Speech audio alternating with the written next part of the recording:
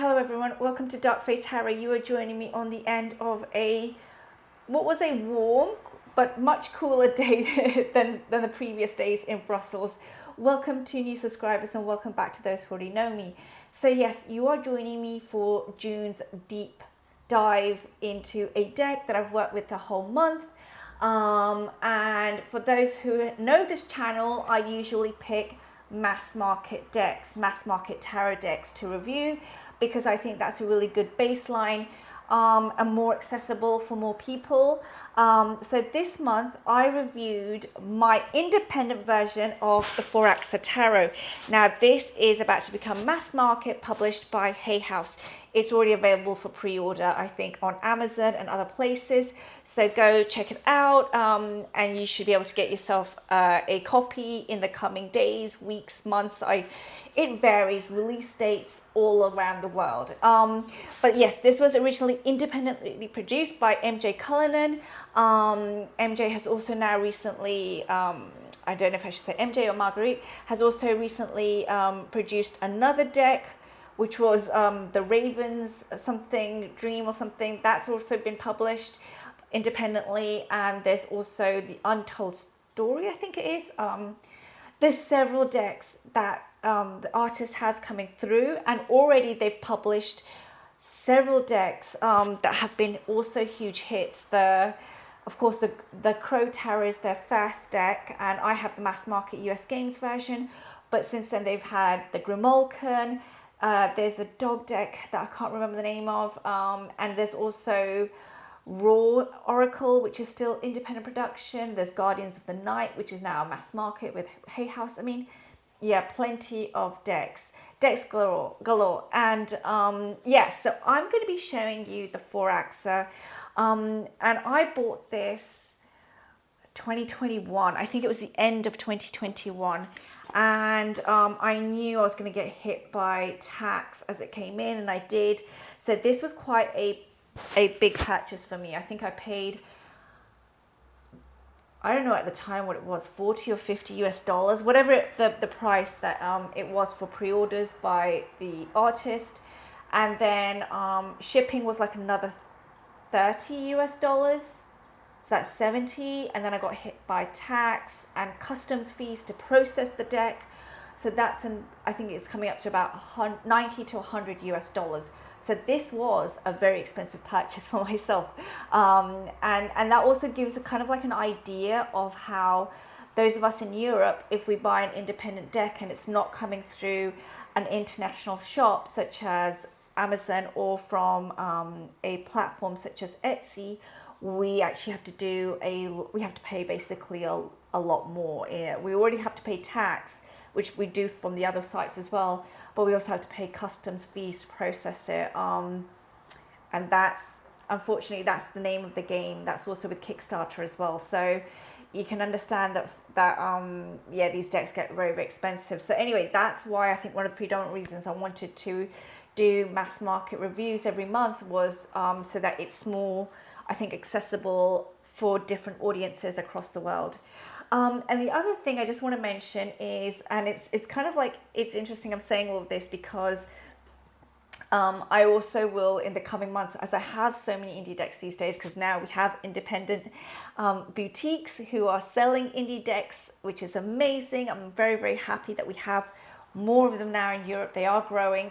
So because my indie deck collection has grown since then, I'm going to be seeing how I switch things up in the channel, but I'll always be featuring mass market decks as well. So no worries there if you're somebody who prefers to be on the mass market, looking at the mass market shelf. And also just quickly also say, a lot of the stuff these days is becoming mass market. So I personally just keep an eye out sometimes when I see an indie deck thinking, is it going to go down the trend of a mass market? Because then, there's a lot of money saved there. So just to bear in mind.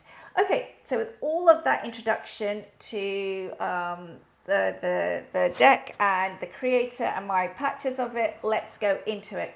So this is a standard tarot deck. It comes in this box, which has got a nice matte surface. Of course, now it will be the Hay House version if you decide to buy Hay House version, and we get a little booklet, and I'm pretty similar that the Hay House version will be basically similar. So I'm pretty certain, sorry, that the Hay House version will be similar.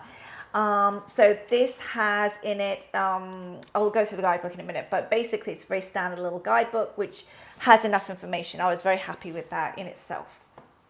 So let's get into the deck and the cards, and I'm just going to quickly load up my notes so that I have them here in front of me as we talk about this. Right, so first of all, as we were in Gemini, I have to do a Fae deck.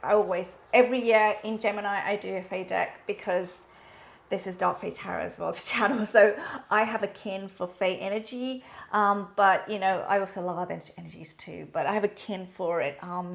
So first off, straight off the bat, I just look at that deck, look at that card that we're starting off with. I just want to say that this deck has, if you're somebody that's looking for deep woodland energy, this is your deck. This is like something that I would really suggest to have within your, before I forget, sorry, within your arsenal. These are the backs. I have no idea what the mass market backs are going to look like. I will probably, by the way, get a mass market copy as well, because this is like a soul deck for me. So I don't mind having a mass market deck to mess up, to be quite honest with you, and I'll keep this on more as a keepsake. But this is deep woodland energy. This is real Fae energy. We have a mixture. I'm not an art expert, but we have a mixture of collage and then actual digital artwork. As you can see, there's a huge pops of color, huge amounts of browns and oranges coming through. We have blues. The use of the color palette in this deck is exquisite. It has been done so well because there isn't colors running errant through the deck. Or all of a sudden we're kind of like, why were these decks placed in there? When pinks and reds have been used, they've been used in a very noted manner, in a kind of like, you know, it doesn't overwhelm the card. And I've noted that because I think that what I guess is that the artist has been following specific color themes to ensure cohesion. So yes, that's the first thing I wanted to say, that this deck attracted me because it was attractive for me was because of the colors and the thematics and the way it was set out, the way it was just done. It was done with a lot of intention. That's the word I was looking for, intention. Look at that beautiful pop of like reddish orange. So the other thing that straight off the bat that this deck shows me before I even go into the guidebook is that there is a story behind this deck. There is a story behind the deck. There is a story behind each card. I could really feel that the artist had in mind what they wanted to depict, not just in terms of like, you know, this is the lovers, this is choices, but also kind of like, you know, what is the journey of the Fae through this? What would she be thinking? Or, you know, in this Justice card, again, you know, I had this really strong feeling of kind of like balance, you know, the pillars, what door am I going to walk through, what attitude I want to take as I go forward. And you know, it's just been done in such a beautiful way, and I personally not just loved the Fae images, but also all of the surrounding architecture of the card. So the trees and the pops of sparkles and, you know, the reflections, as you can see in this. I mean, how clever is that? In the moon, we have the reflection there, and that's going to echo another card that you might see at some point, but you can see it already there. And then you've got these like pixie fays here as well.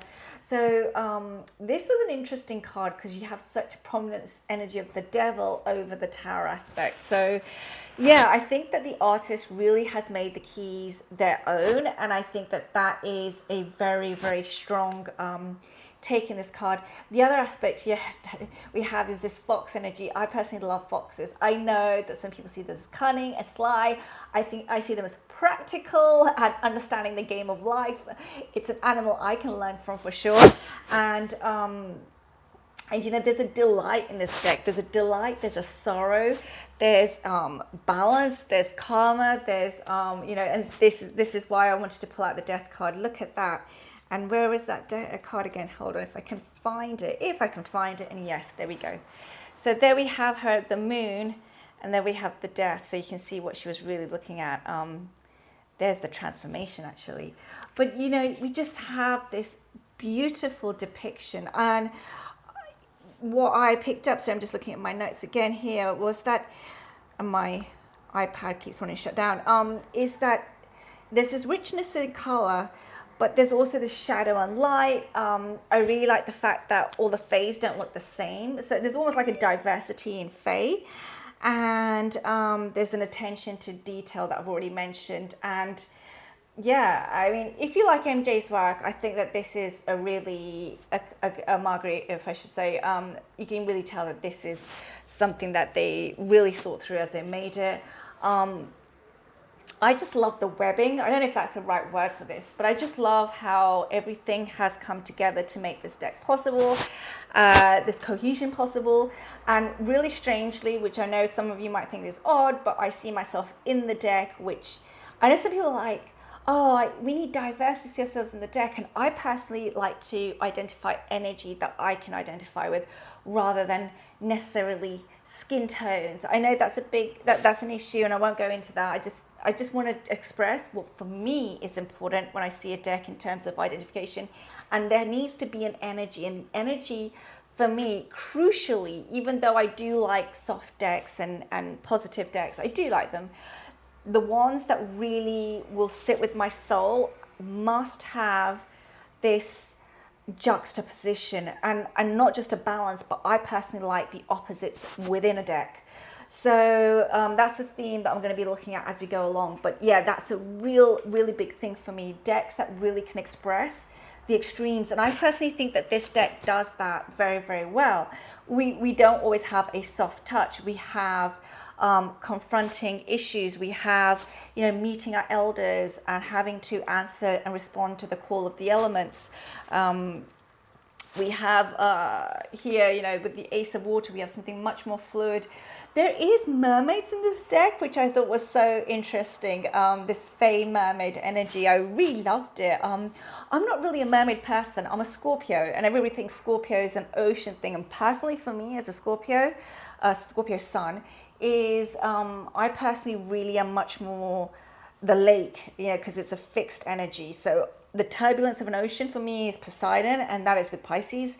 For me as a Scorpio, I need energy that sits and allows the brooding to happen. Transformation for me in the Death card is beautiful because it is not sudden. It's a process, and it comes with a lot of lessons within one card, within one process. So I think that the beauty of this particular deck showing this stillness, the stillness that we have so much sometimes. Oh, that beautiful Knight of Water is beautiful. You know, this kind of like the Fae in her realm, the Fae that guards her station. That's what I feel like this with this Four of Earth. The Fae that knows who she is, the Fae who's on also a journey sometimes. I mean, look at that Knight, well, here Knight of Air, Knight of Swords. So, you know, this contemplation, sadness is also in there, but also joy and fun and discovery. I mean, that's what a card of discovery there. So yeah, I really think that this deck just shows such a beautiful energy and a very deep forest vibe.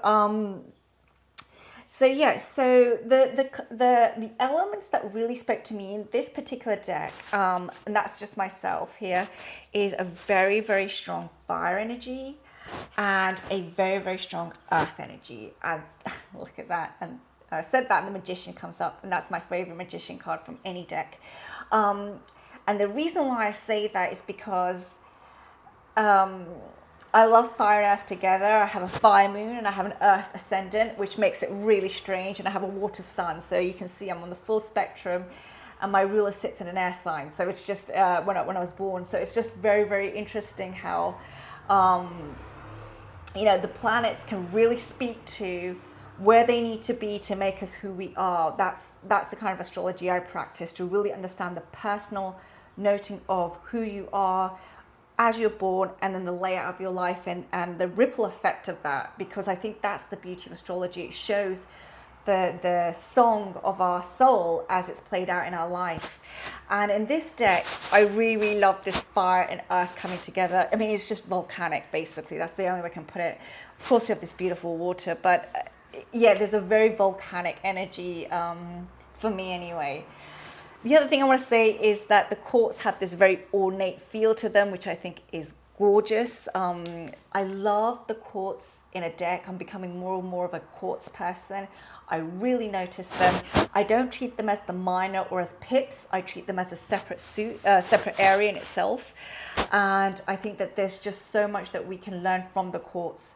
So yeah, I mean, there's a lot of thinking that I've got going on of what I want to go into in order to discuss on the channel. So hopefully you're all still with me as I show this deck. Okay, so the next thing I want to talk about is, you know, that the companions in this deck that I see quite a bit. Now we see a lot of plant energy, but the other companions that I saw quite a bit was we've got rabbits, we've got hares, we've got foxes, dragons, my favorite, the spider. I mean, it's just, it's, I mean, like, look at that card. Like, I want to be on that chariot. I want to be, like, blazing towards the sky on my way. So, yeah, I just think that this deck is just so good with its kinship with the flora and the fauna of this Fey world. That's the best way I can put it. Okay, so let me go quickly now into the guidebook, because the guidebook is amazing too. So this little guidebook has a lot in it. We've got a little bit of text about Margot. It says Margot. I'm sorry, I said Marguerite. I apologize. It says Margot Jones. This text goes into the details of it. So we have preparing to use your deck. This is great if you're very new to tarot. Very, very good. I just wanted to show, just before I go further. Yeah, I liked this. There's a bit of a thing of, if you're doing a single card reading, what can be a yes, what can be a no, and what can be a maybe. So let's say you're looking for a quick decision. You just pull one card and it's going to give you yes, no, maybe. I thought that was pretty cool. Single card advice, so these little spreads there. Here we have one that's motivation, external influences, obstacle, and wisdom. And then we have journal prompts for the major arcana, which I thought was cool. The other thing, and let's pull a card randomly, and we're going to do a reading together. I think that it would be good. And by the way, sorry, this is the story of the Fool. Really, very well done. Let's pull a random card together and we'll look at it together. Wheel of Fortune. So we have a major here, actually. So that's good. Interesting. I will give you, first of all, the reading of the Wheel of Fortune. Now, the readings are very, very short, by the way. You're looking at about a page and a half max, which is great. Okay, it says here, there are two fairies in the land of Forhaxa that control a great wheel. They work together, turning it so that the daylight and the night sky share the day. Within the wheel are rings that connect to all the creatures of the land. Sometimes good fortune is on top and sometimes, well, not so much. These two fairies don't just spin their inner rings. They all willy-nilly. They can be cheeky at times. If we spend too much time complaining, they take notes and sometimes give us really something to complain about. They're always paying attention to what we do, our actions, attitudes, and beliefs. So I believe this is playing on the threads of fate. Sometimes they pity us imperfect humans and help us out if we have mucked up a situation. Have you experienced when everything was going horribly wrong, yet somehow you remained optimistic? Then clear out the blues, something wonderful happens? That is what I'm talking about. That is what they're doing. I've discovered that although indirectly, we can communicate with these fairies that hold the wheel. When the fairies have graced us with a favorable position, they're more likely to keep you in that place when we take note and extend a bit of gratitude. When the Wheel of Fortune is present, be aware that you have the power to move that fortune in your favor. You can turn things around if the situation is becoming less than ideal by analyzing your actions. What patterns do you notice? If something is an irregular occurrence that derails your progress, can you break that cycle? So this is good, you know, it gives us the Wheel of Fortune, it gives us the lowdown on the Wheel of Fortune, but it also gives us kind of like, what can we do with the energies that we're about to encounter if this card comes up? And the prompt for this one, which I've never seen before, so let's have a look at that. Wheel of Fortune, here it is. The prompt is, are you playing roulette with your future or are you making conscious positive choices? I really need to hear that today, actually. So I was like, okay. So you can see just very well done in this tiny little booklet. And if you're somebody that doesn't want a huge booklet first thing in the morning or end of the day, this is a great booklet for that.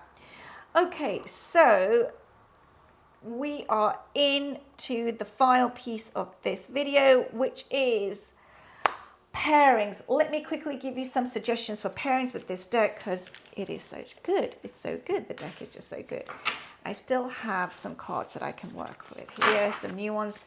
So the other, one thing I want to say is that the indie version is very, very slippery. So with the mass market, you're going to be saved with that. Okay, so first of all, I think it's going to go great with the Urban Crow Oracle, also by mjcullinane, and this is mass market, available by Hay House. So let's just do a few cards together. I didn't pair it with this for the whole month. If you go to my Insta, you'll see the pairings there. But, you know, I do think that they can go very, very well together. So let's see how I do this. So I'm just going to maneuver this so I can show you the cards as I flip them and then put them out somewhere. Okay, so the Hierophant and Protection. Okay. Temperance and Teamwork. Straight off the bat, look how well they sing together. Nine of Fire and Direction. I just want to say the Urban Crow Oracle is one of those oracle decks that just goes with like a billion things. But yeah, Direction and then Nine of Wands. So here we are here we are ready to do battle, the last battle, and here we're getting direction of where to go with this. Elder of Fire, of course, our King of Wands. Yeah, the kings have been renamed as elders, just so you're aware. And this says Displacement. So this is a deck. This is a card of journeying, adventure, leadership, taking that control. And this says Displacement. So it's almost as if we're in this kind of a mess, we need to take control here. Queen of Water, Queen of Emotions, and Isolation. I mean, just as I pull them, Page of Fire and Self-Interest. So I can go on and on, but here we go. And here it says Soar, and here we have the Sun. I mean, that's beautiful. Okay, so there we go. We have some examples of using that particular deck, which is the Urban Crow Oracle. Okay, let me put this to the side because we have so much going on here. Let me take out another deck for you. This is the deck that I did work with for the whole of for the whole of June. And it is the Sacred Creators Oracle by Chris Ann. This has got to be a must-have oracle, I believe, anyway, because of its simplicity. The Forhaxa, for me, is a tarot deck that really wants its space. It owns space. It owns the image, basically, because it's such a packed image. And this goes so well in terms of just grounding that energy a bit. So here we have Knight of Air, and we have Feed Your Artist. I mean, just again, if you go to my Insta, you'll see the pairings that I had coming up. You are living poetry, and I've got Page of Earth, all about creativity. So there again, Four of Water, Four of Cups, and here it says, ambush fear with your ferocious dreams. You know, this is about getting out of apathy, which I'm sure is driven by some fear. There you go. So just with a few, Seven of Air, it says, cut the cords of doubt. I mean, look at that, Seven of Swords. And it says, cut the cords of doubt. So you can see here already, they go so beautifully together. And let's do one more. It says, Hanged Man, surrender, and I can't believe that this is coming out. Limitations inspire innovations. So when you're hung upside down and you're not going anywhere, allow that moment to become a moment where limitations inspire innovation. There you go. So how to get out of that.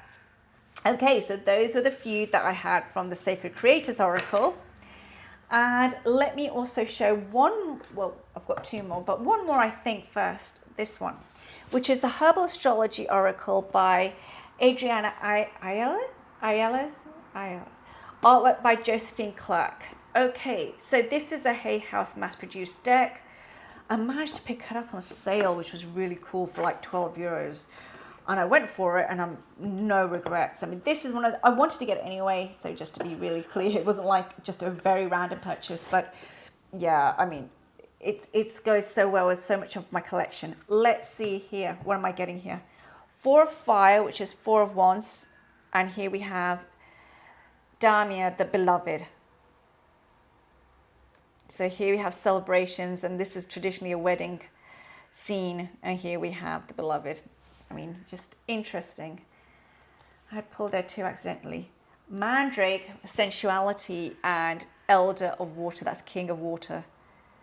Or well, here it's Elder, because we've got this feminine energy of the highest in the land in terms of hierarchy. Wow.